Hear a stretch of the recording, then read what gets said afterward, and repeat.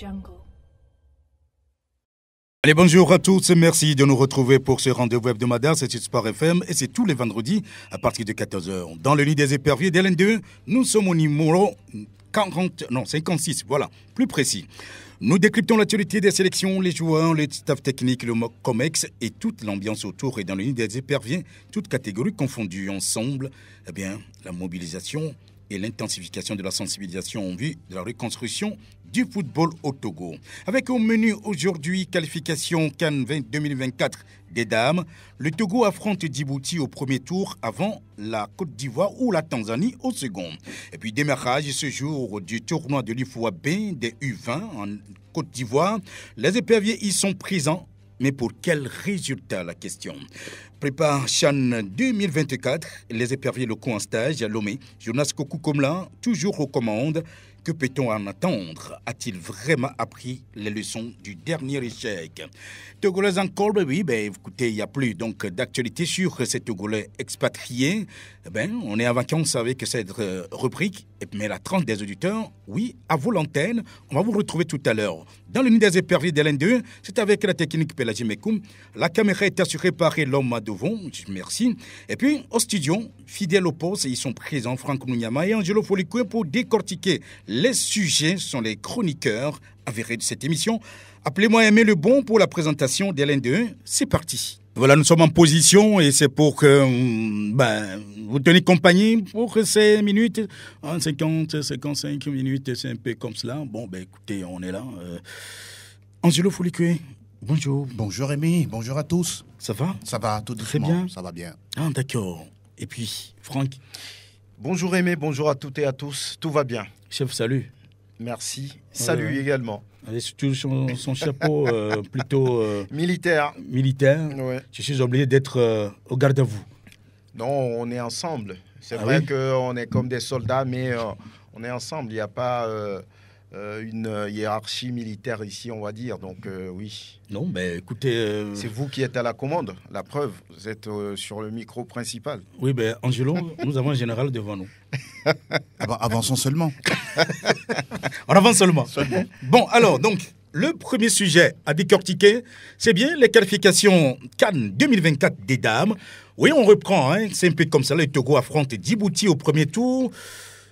Franck, c'est un choix très bon pour le Togo. Oui, normalement, ça devrait passer pour Tomiti Kayi et ses filles. Le Togo, après avoir réussi à se qualifier pour une première CAN, on va dire il y a pratiquement 2 ans, à une certaine cote maintenant, on a vu des joueurs qui se sont expatriés, comme ma fille Ouedikou, Samakou Doukalo, Rifela Dogli, même la capitaine Nathalie Badaté du côté de Tarascon en France.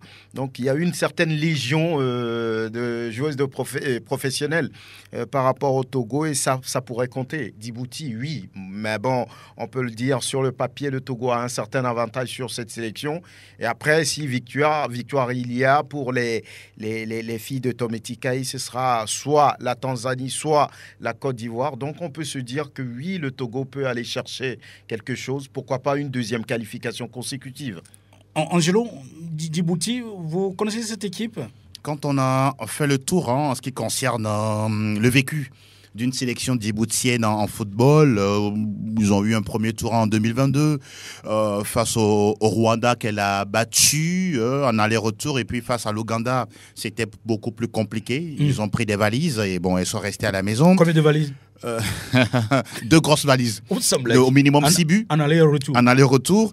Oui, et quand on va encore un peu plus en profondeur, on se rend compte que la meilleure performance d'une sélection djiboutienne en matière de football féminin, ça remonte à la catégorie U17. Et ça, c'était dans les années 2006-2007, quand ils étaient arrivés même en finale d'une compétition arabe. Et ça a tellement plu à l'époque au président Ousmane Guelleh, qui les avait même reçus au palais présidentiel. Mais ça reste une catégorie beaucoup plus inférieure par rapport à celle dont nous parlons. Est-ce que ces joueurs sont encore là aujourd'hui? La réalité, non. Parce qu'en interne, le football djiboutien, version féminine, franchement parlant, c'est compliqué. Même masculin, ça aussi, c'est une autre paire de manches. Je me rappelle le Togo, là, ils avaient éliminé ici. Ils aiment prendre 6. Hein. Oui, ils aiment prendre 6, justement. Donc, a priori, l'adversaire ne doit pas faire peur à Tometi Kayi. Quand on lit entre les lignes, par rapport à son commentaire, justement, après le tirage au sort, elle se dit confiante que le Togo a ses chances de passer. Mais là où je trouve la difficulté du Togo, c'est au niveau de son propre groupe, c'est-à-dire avoir encore cette motivation-là à ne pas du tout d'abord sous-estimer l'adversaire et à produire du jeu. Quand on se rappelle la dernière CAN, Tometi Kayi et son staff ont eu tellement de mal à recadrer, à gérer le groupe. Bon, ça fait partie les humains. Ça fait partie de l'expérience d'entraîneur. Je pense que ça reste un défi. Oui, Djibouti, normalement, ça devrait passer, surtout que devant, il y a une autre sélection qui attendra le Togo au deuxième tour. Oui, alors, Franck, dans quel état d'esprit se trouvent aujourd'hui les éperviers dames? Oui, on sait que depuis la participation à la CAN, on les a plus trop vues. Elles sont revenues, souvenez-vous, éliminées dès le premier tour. Le groupe était tellement relevé. Il y avait la Zambie, le Cameroun, voilà. Et puis après, il y avait la Tunisie également. Le Togo n'a pu rien faire. Elles étaient de retour. Et depuis cette participation à la CAN, oui, on n'a plus noté, on va dire... Elle avait créé la sensation contre le Cameroun. Hein. Oui, bon, ça ne suffisait pas, c'est vrai, mais ça ne suffisait pas. Ça n'a pas suffi pour que les filles de Tometi Kayi puissent envisager le tour suivant. C'est souvent ce qu'on sait faire. Voilà. Donc, comme le Togo l'avait fait en 2000. On essaie de mettre une étincelle et puis bon. Et puis bon, on disparaît. Donc, c'était le cas avec les garçons ou bien les hommes en 2000, si je me trompe. Ils ont battu le Cameroun et après, le Cameroun a gagné le titre. Donc, les filles de Tometi Kayi ont fait vraiment un exploit, mais elles étaient en apprentissage, quoi qu'on dise. C'était une première participation dans un groupe très relevé. Donc voilà, ce qu'on a pu retenir, c'est la participation des U20 au niveau du tournoi de l'UFOAB. Peut-être une occasion pour Tometi Kayi de voir d'autres talents émerger. Mais ce qu'on peut dire globalement, l'état d'esprit, il doit être bien dans la tête de Mafi Ouedikou, dans la tête de Lucie Gantim, dans la tête de tous les joueurs qui ont réussi à se trouver une place dans les championnats les plus huppés. Donc, je pense qu'il ne devrait pas y avoir de problème face à cette sélection djiboutienne. Mais attention, peut-être à Côte d'Ivoire qui sera au deuxième tour, c'est là. Il faut plus se travailler pour peut-être rechercher d'autres qualités pour aller surprendre cette sélection qui se dressera sur le chemin des éperviers dames au moment du deuxième tour. Oui, Angelon, c'est vrai, la première participation, Kayi Tometi a dit, oui, ben, écoutez, nous sommes en apprentissage. Bon, voilà. Est-ce que c'est terminé, l'apprentissage? On est suffisamment aguerri? Je ne le pense pas. J'estime que l'équipe est toujours en progression. Quand on regarde un peu le temps qui a été laissé depuis cette CAN à ce jour, il n'y a pas eu de championnat proprement dit, organisé de façon régulière. Oui, à ce niveau-là, il y a une grosse cassure qui ne dit pas son nom. Quand vous vous approchez de ceux qui sont beaucoup plus dans l'organisation, la planification de football, surtout au niveau moyen, voire professionnel, ils vous diront que normalement, après une CAN, 3 mois juste derrière, on doit enchaîner avec une compétition, histoire d'avoir de la compétition non seulement dans les jambes, mais beaucoup plus d'acquis. Là où je reste enthousiaste, c'est qu'après cette CAN, il y a eu des joueuses qui ont fait, je peux dire, des progressions individuelles en étant enrôlées dans d'autres clubs sur le continent, que ce soit TP Mazembe, que ce soit au Maroc, que ce soit même en France, en national. Ça, ce sont là les retombées, un tant soit peu, de cette Coupe d'Afrique des Nations. Maintenant, là où il y a un autre défi pour Tometi Kayi, au-delà de la progression, c'est le fait d'imposer une concurrence au sein de cette sélection. Moi, je dirais toujours, quand on est en sélection, ce n'est pas une propriété privée. Hein. Ce n'est pas une chaise où, voilà, quand vous venez, on dit non, c'est toujours votre place. Non.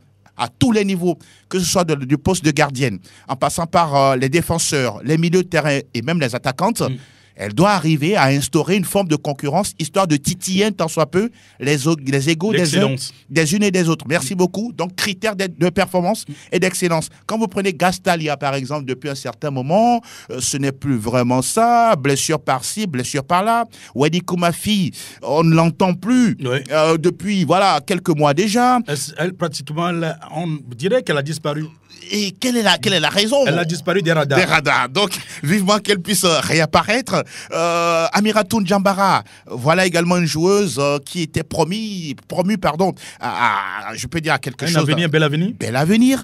Mais visiblement, on a des difficultés. C'est à ce niveau-là que Kai Tometi doit reprendre son bâton de pèlerin avec tout son staff, de recentrer toutes ces filles-là et surtout de faire tout, non seulement pour passer le cap du Djibouti, mais toujours devant la Côte d'Ivoire. Oui, on en parlait tout à l'heure, c'est pas aussi revenir, en tout cas, sur cet aspect. Une très grande nation, mais ça reste quand même un morceau intéressant. Oui, mais Franck, y a-t-il encore des motivations aujourd'hui pour ces filles? Écoutez, Angelo le disait, c'est un peu comme si que les gens ont déjà leur place acquise et puis est-ce qu'il y a encore des réelles motivations? De réelles motivations, je peux dire oui, même s'il y a eu une cassure, on le dit, après cette participation historique à la Coupe d'Afrique des Nations. Il n'y a plus d'autres regroupements, il n'y a plus de championnats qui leur permettaient à ceux qui étaient restés ici de pouvoir travailler, d'améliorer leur niveau de jeu. Au-delà de tout, je pense que le football féminin au Togo, oui, est toujours en chantier. C'est comme ça, c'est maintenant que ça commence par prendre un tout petit peu. On ne peut pas, on va dire, comparer ce football, par exemple, à celui nigérian, à celui camerounais, à celui sud-africain. On connaît les grosses sélections sur le continent. Maintenant, au-delà de ça, je pense qu'il y a des filles qui ont envie quand même d'aller se frotter aux meilleures sélections sur le continent. Tout ça, ça va faire une certaine motivation à leur niveau, même si toutes les conditions ne sont pas réunies pour leur permettre de travailler, d'avoir, on va dire, un plateau pour pouvoir s'essayer, pour pouvoir s'exprimer. Je pense qu'il y a une motivation. Le fait déjà d'annoncer des éliminatoires de la prochaine CAN, c'est des joueuses qui ont envie d'évoluer. Donc, je pense que la motivation se trouve surtout à ce niveau, se dire que oui, il y a encore une occasion pour aller peut-être chercher une qualification pour la CAN qui vient au Maroc. Je pense oui, les filles de Tometi Kai ont cette motivation, même si en sélection, je pense qu'il y en a qui sont intouchables, j'ai envie de dire. Et oui, mais il faut continuer le travail pour pouvoir garder sa place, pour pouvoir monter plus haut en flèche dans les compétitions à venir. Mais quand vous parlez de conditions, lesquelles vous voulez dire? Oui, je pense que d'abord, pour avoir une bonne sélection, il faut d'abord avoir un championnat qui soit régulier. C'est ça. Un championnat qui se joue souvent, mais ici, on a comme l'impression que c'est un peu compliqué. Et c'est ce week-end juste que le championnat va commencer. Maintenant, où est-ce qu'on va pouvoir trouver les joueuses pour étoffer la sélection? C'est là que se pose le problème. Et les filles qui sont ici n'ont pas forcément, on va dire, ce qui leur permettait, d'élever leur niveau de jeu, parce qu'il n'y a pas de plateau. Celles qui sont à l'extérieur, oui, elles ont d'autres conditions qui leur permettaient quand même de travailler, de jouer et d'avoir un bon niveau. Maintenant, il faut regarder sur le plan local, permettre aux jeunes filles de pouvoir jouer un bon championnat, pas, on va dire, un gala. Donc, je pense qu'il va falloir travailler de ce côté. Angelo, revenons un peu à Kai Tometi. Est-ce qu'elle a la situation en main pour remettre ça? Une deuxième qualification de suite. Elle est ambitieuse. Elle a envie d'inscrire son nom. Elle l'a déjà même fait en permettant à ce que le Togo, pour toute première fois de l'histoire, de pouvoir décrocher ce billet-là pour le Maroc. Est-ce qu'elle a la situation totalement en main pour pouvoir remettre ça? La situation en main, au niveau de l'effectif, je pense qu'elle a la carte blanche de pouvoir composer sa sélection et de convoquer qui elle veut, qui elle souhaiterait avoir dans tel ou tel compartiment de jeu. Là où je trouve des difficultés, où ce sera peut-être pénible pour elle, c'est l'exécution de son planning. Quand on sait, à la fédération, parfois on vous dit qu'il n'y a pas forcément de moyens, c'est un peu difficile, on tire les cheveux par... le diable par la queue. Le diable par la queue. Et là, ça risque de pouvoir atténuer un tant soit peu son enthousiasme à faire un bon travail. Alors, je la connais en tant que une femme rigoureuse, qui aime faire son travail de façon excellente, qui est aussi dans l'anticipation. J'estime qu'elle a déjà son cahier de charge. Juste derrière, même avant même la cérémonie de tirage au sort, elle se projette tout de suite par rapport à cette compétition, d'autant plus qu'on nous annonce que le match au Djibouti, ce sera dans le mois de septembre. Oui. Donc c'est, disons, dans quelques semaines. Oui, voilà. Pratiquement. Et là, il faut tout de suite réfléchir à un regroupement avant ce déplacement en terre djiboutienne, en attendant le match retour ici à Lomé. À cela, j'estime que le président de la Fédération togolaise de football, tout joyeux qu'il était, lorsque le Togo était qualifié, il était justement en terre marocaine pour suivre cette compétition de bout en bout. Je ne veux pas du tout douter qu'il va trouver les moyens et de permettre à ce que Tometi Kayi récidive pour encore une qualification. Oui, nous, c'est ce que nous souhaitons, voir encore le Togo aller à cette CAN-là, gagner en expérience et pourquoi pas franchir le palier de la phase de poule, c'est une possibilité. Mais il faut que Kayi arrive à bouger, à secouer le cocotier pour qu'elle puisse avoir les résultats. C'est ça. En tout cas, le colonel Povi, même hors de sa base à Lomé, continue de nous suivre sur Internet. En tout cas, il doit être au Maroc actuellement pour que la finale de U23 prévue demain. Voilà. Entre le Maroc et puis l'Égypte. Oui, une émission qui lui tient à cœur finalement. Oui, mais Franck, que faut-il faire pour assurer une seconde qualification de suite au Togo dans cette compétition en fait? Oui, il faut faire un planning parce que le match vient très rapidement, dans quelques semaines, dans moins de 2 mois. Oui. Face à la sélection djiboutienne, il faut négliger rien du tout. On sait que sur le papier, oui, on peut dire que le Togo a cet avantage-là. Quand on voit un peu ce que cette sélection a pu faire avant de se qualifier pour la CAN qu'elle a jouée pour la première fois, il y avait l'île Maurice et puis après, il y avait le Gabon que le Togo a éliminé. Donc, Sao Tomé Principe. Sao Tomé, j'allais dire, merci. Oui. S'il faut parler de Djibouti, je pense qu'il y a quelque chose à aller chercher, mais il va falloir être sérieux. Conséquent envers soi-même. Voilà, avoir un planning, il va falloir être rigoureux. Il ne faut pas se dire, oui, c'est Djibouti, donc on va rapidement passer. Non, le travail doit être fait. Et oui, il faut se rappeler Swatini. Et Swatini, avec les messieurs. Donc, je pense que Tometi Kayi, oui, telle qu'on la connaît, elle est rigoureuse, elle aime le travail bien fait. Et je pense qu'on doit donner les moyens pour que cette équipe se prépare dans les meilleures conditions avant de se déplacer ou bien de recevoir Djibouti. Il y aura également le canal du championnat qu'elle devra exploiter, aller regarder pour un peu. Essayer de sélectionner quelques rares. Quelques rares, justement. On sait très bien qu'elle est bien entourée avec une équipe qui est spécialisée dans la prospection et donc de faire des choix judicieux et surtout des choix objectifs. Le deuxième canal, ce sera également la participation d'Amis du Monde pour le tournoi UFOA, qualificatif pour la Ligue africaine des championnes. Là aussi, au moins ne serait-ce que 2 ou 3 joueuses expérimentées, capables également de lui apporter ce qu'elle attend au niveau de sa sélection. Voilà les 2 pistes en tout cas plausibles qu'elle peut également explorer pour donner du relief à sa sélection. Oui, mais je reste avec vous, Angelon. Après Djibouti, ce sera soit la Côte d'Ivoire ou alors la Tanzanie au second tour.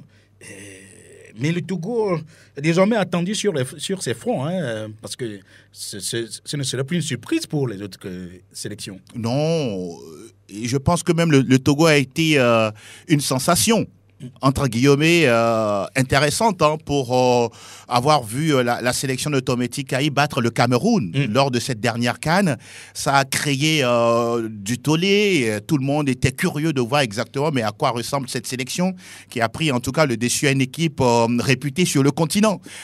Et là, on parle de la Côte d'Ivoire, de la Tanzanie. Attention, en interne là-bas aussi, je ne peux pas dire que ça se fait comme dans les pays anglophones. D'abord en Côte d'Ivoire, on sait que c'est aussi clopin. La particularité des joueuses ivoiriennes, c'est qu'elles sont athlétiques et grandes de taille. Ça, c'est une très bonne chose. Sauf que là, à leur niveau, la difficulté, c'est le déplacement.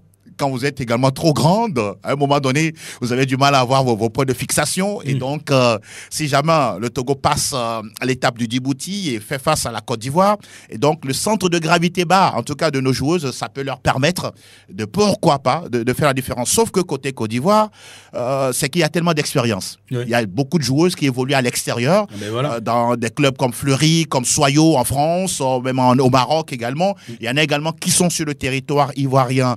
Côté tanzanien, la bonne nouvelle peut-être c'est plutôt le football masculin, avec le Simba et les Young Africans.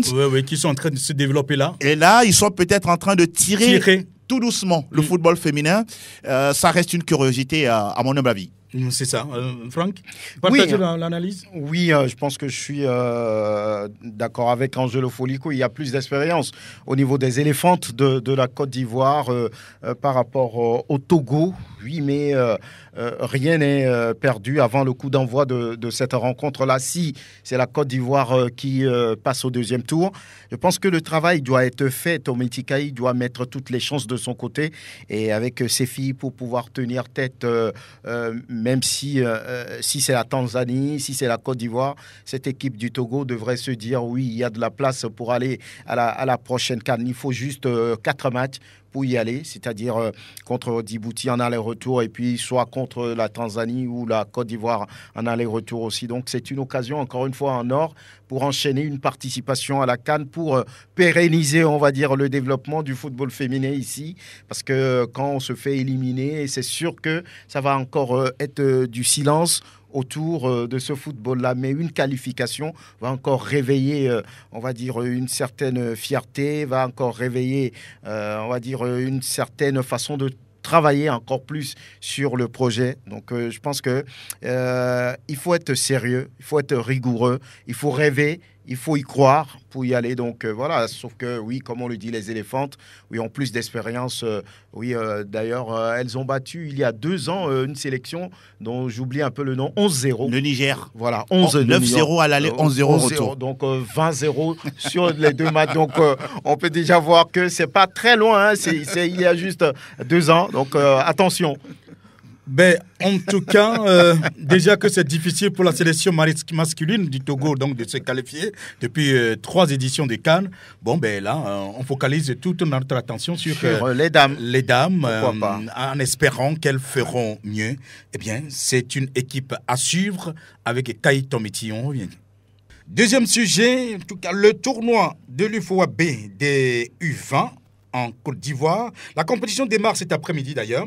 Les éperviers y sont présents dans un groupe à 2 après le forfait du Nigeria qui est pourtant le détenteur du titre. C'est aussi simple que ça. Hein. Les Togolais, on va dire, sont déjà qualifiés pour les demi-finales. Sans avoir joué. Sans avoir encore joué. Les éperviers U20 ont-ils des chances de remporter le titre? C'est l'interrogation que les gens commencent donc à se faire. Angelo, je commence avec vous. Ah oui, ça c'est une question intéressante. Ce que je sais il n'y a pas le Nigeria. La dernière fois, en off, on se disait, bon, il n'y a pas le Nigeria, donc normalement la route est toute tracée. Mais attention, elle n'est pas tracée. Il y a le Ghana, il y a la Côte d'Ivoire. Le pays hôte. Deux sélections le également. Ghana qui a été en tout cas tenant du titre juste avant le Nigeria. Voilà, donc c'est que cette sélection a du vécu, celle du Ghana. Le Togo, on a eu l'occasion à organiser la compétition par 2 fois chez nous, depuis que le colonel Guy Akpoupoui est arrivé, mais on n'a pas eu ce loisir-là de disputer la finale et encore moins... Si c'est simplement un loisir, on n'a pas eu la chance. De le remporter. Donc, non, je veux croire, je veux vraiment croiser les doigts pour Ameto Kodo. On se rappelle que l'année dernière, ou il y a soit 2 ans, il était tellement enthousiaste avec cette sélection lorsque la compétition s'est déroulée du côté du Niger. Il se disait, tiens, il avait un groupe en qui il croyait, capable de faire des résultats, de prendre match par match. Et malheureusement, les résultats, nous tous on le connaît, il est rentré plutôt à la maison. Et là, il a encore une autre occasion. Sauf que, vous l'avez dit, le Nigeria est out, il n'y a que le Bénin, le Togo. La première mission pour cette sélection U20, c'est de gagner d'abord face au Bénin. C'est-à-dire gagner pour la fierté. Parce que vous le savez, depuis 2, 3, 4 années déjà, pour ne pas dire 5, c'est compliqué pour le Togo d'avoir des résultats probants face à une équipe béninoise. Au Bénin, Le traumatisme de Cotonou lors du dernier CHAN est resté toujours dans les têtes. Et je reste convaincu que cette fois-ci, sur peut-être 2 ans, il y a quelque chose qui a été mieux réglé de la part de Ameto Kodo. C'est vrai que la dernière fois, ils ont fait un match contre la sélection A'. Bon, ça se comprend. Il y a plus d'expérience, plus de maturité physique et tout. Une défaite. Ça se comprend. Mais ces jeunes-là doivent être conscients que c'est une occasion pour eux également de monter et surtout de se faire voir. Battre le Bénin, et comme vous l'avez dit, la demi-finale est déjà certes assurée, mais ça veut dire que le Togo a besoin normalement de 3 matchs pour être champion, pour prendre avoir le titre. Donc, en 3 matchs, oui, ça paraît aussi compliqué, mais c'est aussi faisable. Quand vous prenez le groupe qu'il a convoqué, 2 gardiens, 6 défenseurs, 8 milieux de terrain et seulement 4 attaquants, je me dis qu'il y a beaucoup de milieux qui peuvent se transformer en attaquant, comme Jérémy Akakpo, qu'on connaît très bien, comme Ala Yao de la JC également, capable de porter le ballon vers l'avant. Quand je considère tous les stages qui ont été faits avec Ameto Kodo Metsankig et le travail foncier, oui, je reste convaincu que le Togo est capable de faire quelque chose durant cette compétition. Sauf que Franck, il est devenu taciturne cette fois-ci. Il ne veut plus parler. Non. Il faut dire que cette équipe a eu cette chance de progresser sans avoir joué. C'est un coup du sort, on va dire. Le Nigeria a décidé de rester chez lui, ce qui permet au Togo de pouvoir envisager, on va dire, une compétition dès le tour suivant, ce que le Togo n'a jamais fait. Donc, on va dire tout simplement, comme Angelo l'a dit, de pouvoir gagner face au Bénin pour se mettre en confiance, pour avoir la place du leader de ce groupe et envisager la suite de la compétition avec beaucoup de volonté, de détermination. Donc, c'est une occasion pour le Togo d'aller chercher peut-être quelque chose, mais je veux dire tout de suite que ça va être très compliqué devant le Ghana, devant la Côte d'Ivoire, même le Burkina Faso qui aujourd'hui est une référence en matière de formation. Donc, ça va être très compliqué pour la suite maintenant. Et c'est une occasion à saisir. Le coup du sort a permis d'avancer. Peut-être il faut continuer par rêver à travers le coup du sort. Mais Angelo, vous pensez que l'effectif du Togo est bon aujourd'hui pour en espérer des dividendes? Je reste perplexe. Quand on considère souvent le déroulé de nos championnats avec les présences des clubs de première division et de deuxième division, très peu sont ces joueurs que nous avons sur la liste qui ont le quitus ou le carton vert du coach d'être titulaire, parce que la plupart de nos entraîneurs ont l'habitude de faire confiance aux produits finis, aux joueurs commando, capables de finir le travail sur le terrain, mais on n'a pas souvent des jeunes qui deviennent des révélations. Soit c'est une fois toutes les 2 saisons, une fois toutes les 3 saisons.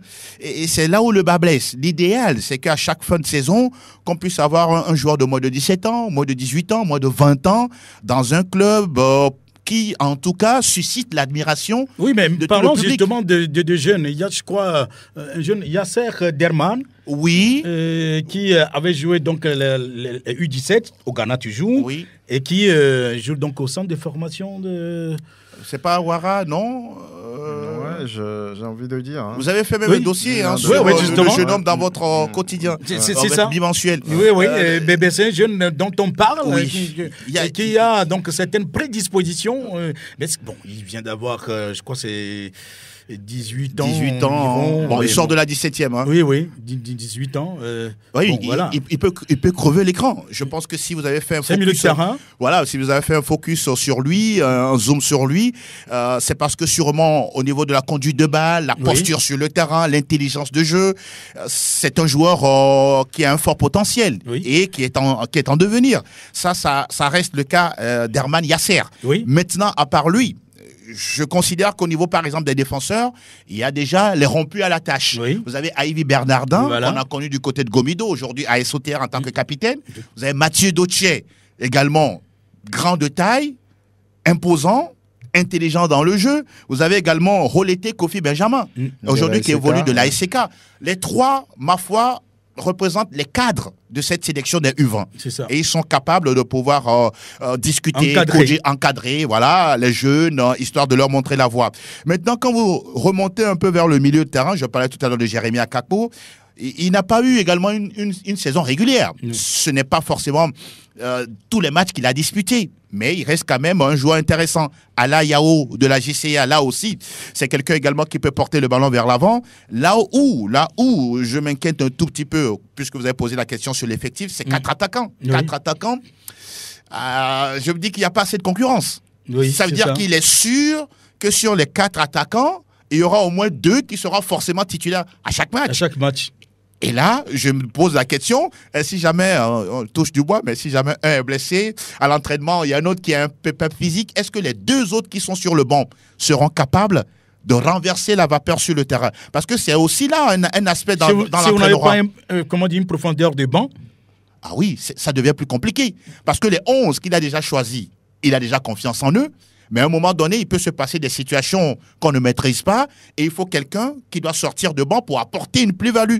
Et si celui-là, sur qui le choix est porté, malheureusement, n'arrive pas à porter l'équipe, alors là, je pense que votre jeu, il est sabordé et vous pouvez déjà commencer à avoir un gros caillou dans la chaussure. Non, mais écoutez, c'est pour ça qu'il a densifié le milieu de terrain.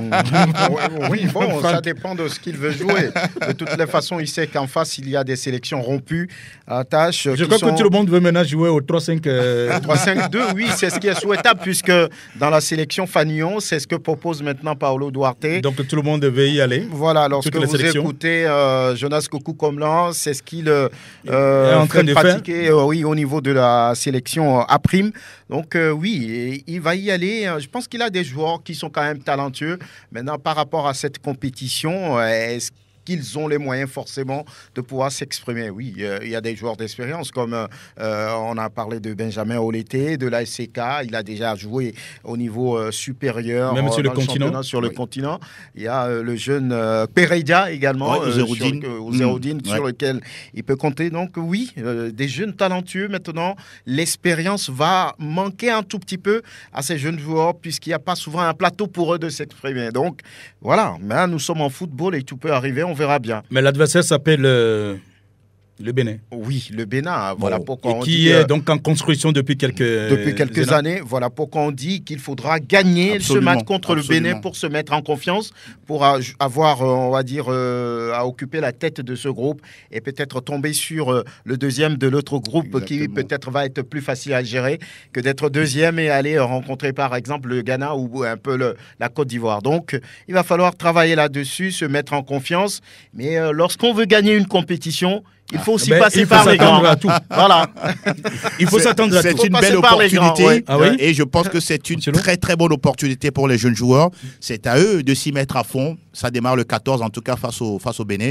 On sera tous là scotchés à regarder ce qu'ils vont produire. En tout cas, c'est à suivre. Donc cette sélection des U20, j'allais dire en Côte d'Ivoire, justement, à Abidjan, précisément. Et c'est vrai, le 14 juillet prochain, on va regarder ce match contre les léopards, les guépards, attention. Oui, les guépards U20. Les guépards, oui, ben écoutez. Ils ne sont plus rongeurs. Hein. Même Pélagie ils sont carnivores maintenant. Même Pélagie de leur côté, en tout cas, me rappelle que c'est bien guépard. Pour me rappeler également ses origines. Oui. Bon, allez, on revient tout à l'heure. Allez, dernier sujet, donc à développer, à décortiquer dans cette émission, c'est le préparatif CHAN 2024, les éperviers locaux en stage Lomé. Jonas Kokou-Komlan est toujours aux commandes.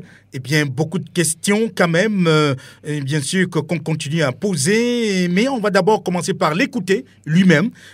Jonas Kokou-Komlan, qui parle d'abord de l'effectif qu'il a réussi à convoquer. Déjà, il y a certains joueurs, j'avais une idée sur eux. Il y a d'autres, je voulais les voir dans ce schéma. Donc, ça m'a beaucoup servi. Donc, il y a d'autres aussi qui n'ont pas joué ce match, mais ça ne veut pas dire qu'ils ne sont pas dans le groupe. Mais on recherchait quelque chose, donner du temps de jeu à certains et puis voir d'autres encore aussi. Je pense que ça ne pose pas problème parce que vous savez, l'équipe locale, c'est une chaîne déjà. Donc, il faudra aujourd'hui qu'on habitue ces joueurs déjà à jouer dans ce schéma parce que pour que le jour où le sélectionneur aura besoin d'eux, que ça ne pose pas problème. Parce que s'ils ne sont pas habitués déjà à le jouer ici, ils viennent en équipe A, ce sera un travail encore de nouveau à faire. Mais déjà chez nous, je pense qu'avec l'expérience que ces jeunes ont, il n'y a pas trop de soucis. Ceux qui sont en train d'être replacés, ils l'ont déjà fait en sélection A, comme je prends un exemple, Evra, Arissoud, ils l'ont déjà fait. Donc on va continuer à parfaire ce schéma pour que vraiment ça soit vraiment quelque chose de bien rodé. Jonas Kokou Komla, maintenu donc au poste justement des sélectionneurs de la sélection locale, c'est bien ce qu'on peut dire, les éperviers locaux comme on les appelle. Franck, que peut-on en attendre? Oui, on attend justement que Jonas Kokou Komla et ses hommes puissent relever le défi. Le défi, c'est quoi? C'est de pouvoir se qualifier à la CAN, au CHAN qui arrive. Parce que lorsqu'on se souvient de cette élimination tragique, il faut le dire, parce que le Togo, souvenez-vous, avait juste besoin d'un match nul face au Niger à Cotonou il y a quelques mois. Angelo y était d'ailleurs pour se qualifier pour le CHAN, mais malheureusement... Angelo était revenu très déçu. Très très déçu, véritablement. Comme si c'est lui qui allait jouer. Donc voilà, il va falloir relever ce défi. Ça fait encore 4 matchs au lieu d'être 2 matchs comme la dernière fois. Je pense que le Togo s'est compliqué la vie. C'était l'occasion à ne pas louper, mais on a tout fait pour louper cette occasion face au Niger. Donc il va falloir recommencer le travail. Et la dernière fois, quand j'écoute Thierry Abuy de l'ASCO qui disait oui, ça a été un choc. Maintenant, ils tentent d'oublier, de travailler en groupe pour pouvoir être fort pour la suite. Il va falloir l'être parce que mentalement, il va falloir être debout, solide pour aller affronter la sélection qui vient pour le premier tour. Angelo, est-ce que Jonas Kokou Komla a vraiment appris les leçons du dernier échec? Alors, Todogo, sur cette question, je ne dirais pas oui, je ne dirais pas non. Parce que depuis qu'il a repris, je peux dire, la main de cette sélection, entre-temps, on avait... peut-être espérer, ne serait-ce que le public sportif, le voir ne plus être aux affaires, voir quelqu'un d'autre. Bon, il n'y avait pas de communication. Il y a tellement autour. eu de péripéties autour de ce dossier. Je ne voudrais plus, comment dire, aller dans les détails parce que je sais à peu près comment les choses se sont passées pour qu'ils soient maintenus donc à ce poste. Allez-y quand même. Et donc, j'étais un peu surpris de le voir encore aux commandes. Mais au même moment, quand je fais un peu du recul, je me dis, ah tiens, on lui a accordé une seconde chance. Ouais. De voir ce qu'il est capable d'apporter, comme vous le dites. Est-ce qu'il a appris de ses leçons? On le verra dans un match où le Togo sera vraiment engagé et ce sera un match à enjeu. Et donc, ça commence par les éliminatoires. Le prochain adversaire des éperviers locaux, on attend justement à quoi cela va ressembler. Ce que je vois aujourd'hui quand je considère la liste qui a été prononcée ou publiée, c'est pratiquement les mêmes, hein, à part peut-être Evra Agbagnon ou d'autres têtes. Sinon, eux tous, ils étaient de l'expédition de Cotonou.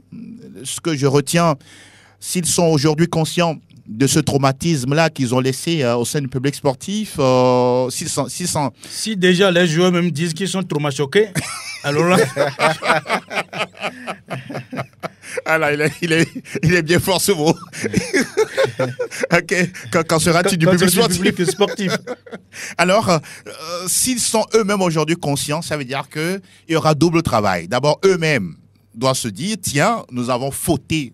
Nous avons commis une grosse erreur par rapport à cette qualif. Et là, nous sommes redevables devant le public sportif à travers nos performances, à travers nos prouesses sur le terrain. Et ça passe déjà par le sérieux. Je vois que, oui, le stage s'est déroulé de façon bien régulière. Ça, c'est à saluer. Pas question de défection ou de pépins physiques de tel ou tel joueur. Je pense que c'est une bonne nouvelle. Maintenant, il faut continuer comme ça.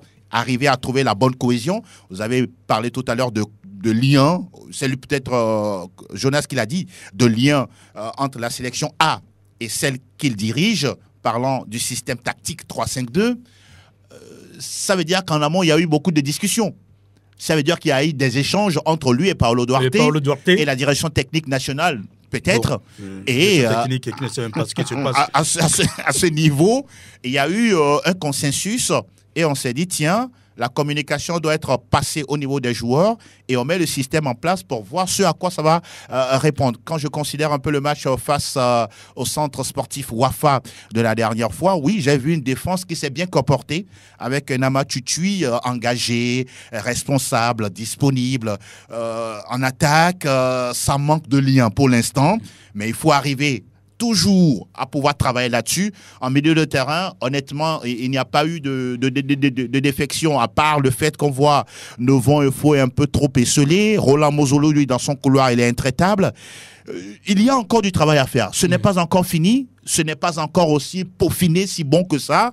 Parce qu'on ne le dira jamais assez, le CHAN 2024, le Togo doit y être parce qu'on a raté le tour dernier. Normalement, nous devrions être dans une continuité. Après celle de Yaoundé, continuer juste derrière, mais malheureusement, ça n'a pas été ça. On est obligé de reconstruire, mais bon, on fera comme ça. Et voilà, on fera comme ça. Le Togo doit y être, oui, comme si c'est... ça doit arriver de lui-même. C'est une compétition. Vous avez évoqué tout à l'heure ce match amical, justement, avec le centre Wafa. Wafa, oui. Du Ghana. Voilà. Jonas Kokukumla, justement, après cette explication amicale, voici ce qu'ils ont dit. D'abord, je remercie l'équipe adverse Wafa d'avoir accepté vraiment notre invitation parce qu'on avait besoin de jouer un match comme ça. Surtout contre une équipe vraiment très technique qui bouge beaucoup. Ça nous a beaucoup servi, sincèrement, parce que quand tu joues contre une équipe comme ça et que tu parviens vraiment à être déjà en place, donc ça veut dire qu'on doit travailler encore, corriger ce qui n'a pas marché et puis corriger ce qui sont les acquis pour les échéances futures. Je pense que vraiment ça a été un très bon match dans le fond, vraiment le contenu était bon. Qu'est-ce qui était recherché par Jonas dans ce match? Non, dans ce match, d'abord, c'est un premier regroupement. Depuis la campagne dernière, on n'avait pas eu le temps de faire un regroupement. Il y avait le championnat. Donc, d'abord, c'était de regrouper les joueurs, voir individuellement ce qu'ils ont et puis mettre un schéma de jeu en place. Vous avez vu, aujourd'hui, c'est le 3-5-2. On est en train de le mettre en place. Ce n'est pas encore parfait. On a joué un match, on va corriger pour que les regroupements prochains, on puisse encore être plus parfait. En tout cas, au Togo, on aime tellement corriger les choses qu'on ne sait plus ce qui est corrigé à la fin. Angelo.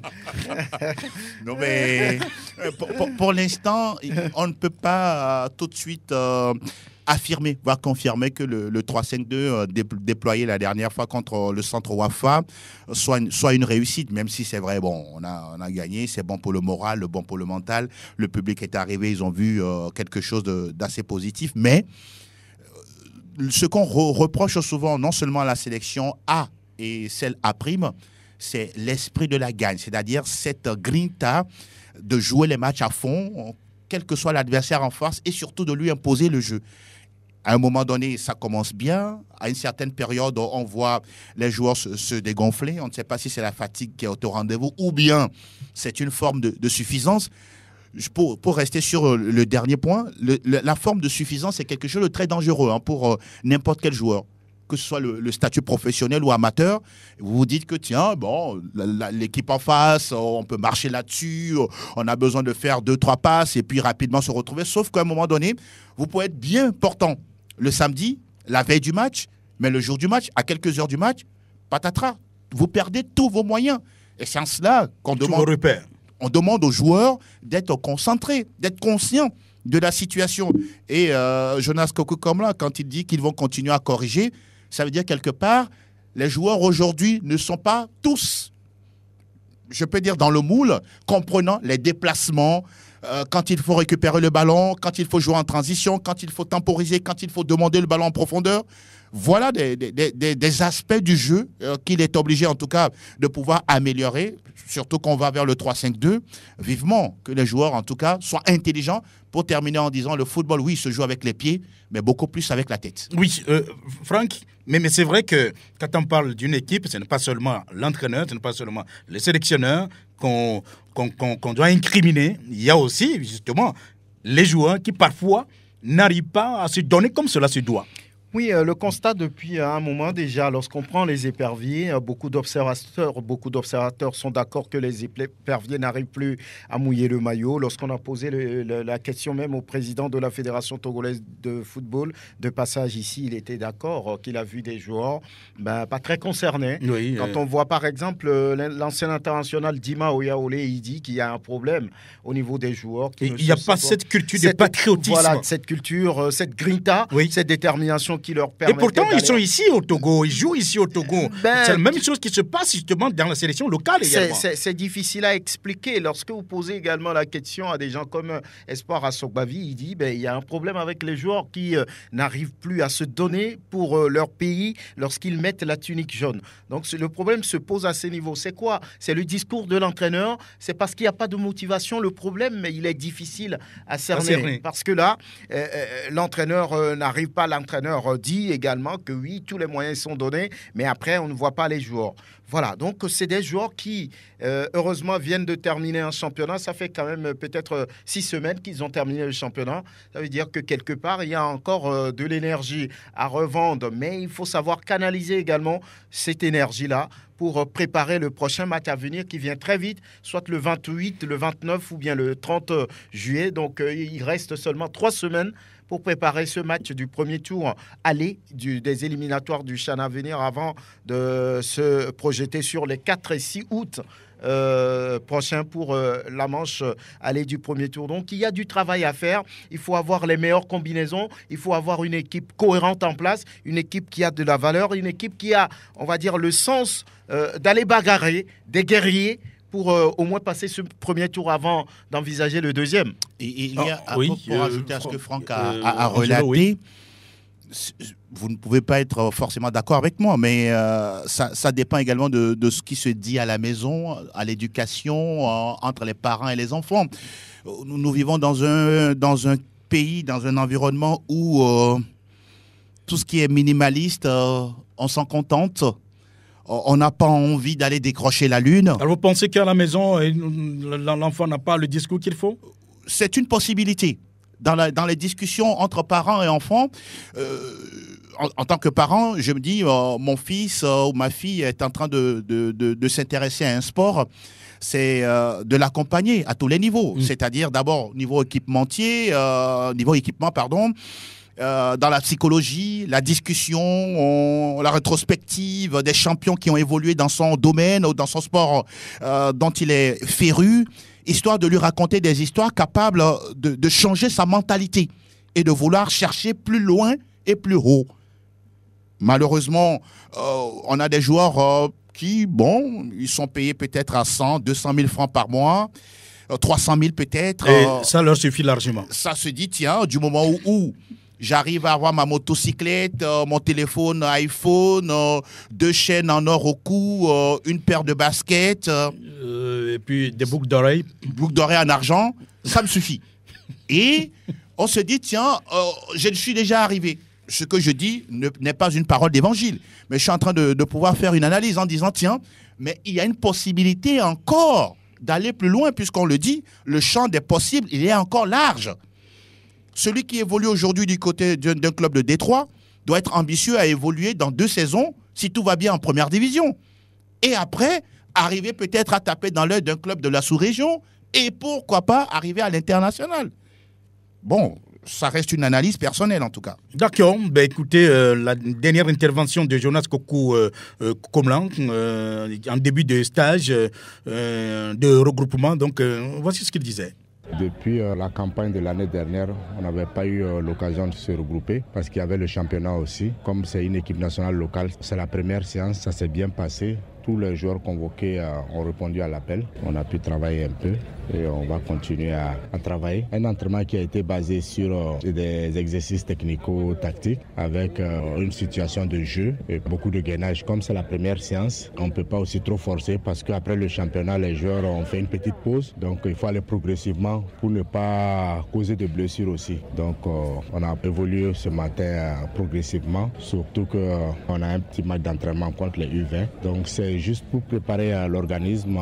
Maintenant, après, continuer avec les séances normales pour préparer le reste du stage. Pour nous, c'est un match d'entraînement. Ça nous permet aussi de voir un peu les différentes combinaisons qu'on va faire, voir déjà ce que les uns et les autres ont dans les pieds, voir ce qu'on a vu avec les clubs, est-ce qu'ils peuvent répondre. Donc c'est pour cela que ça a été bon pour nous. Et puis c'est bénéfique aussi pour les U20 parce qu'ils préparent dans quelques jours leur tournoi UFOA.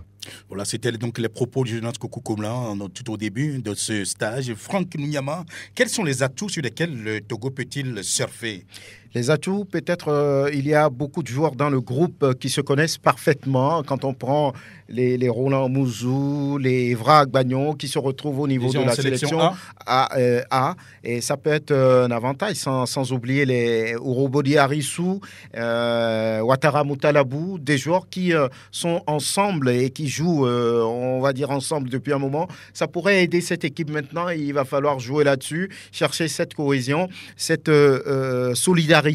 Il faut que tout le monde joue pour tout le monde pour avoir cette détermination. Angelo, pour finir? Oui, mais la cohésion qui, pour moi, semble être un avantage pour eux, d'autant plus qu'ils évoluent pratiquement dans le même championnat.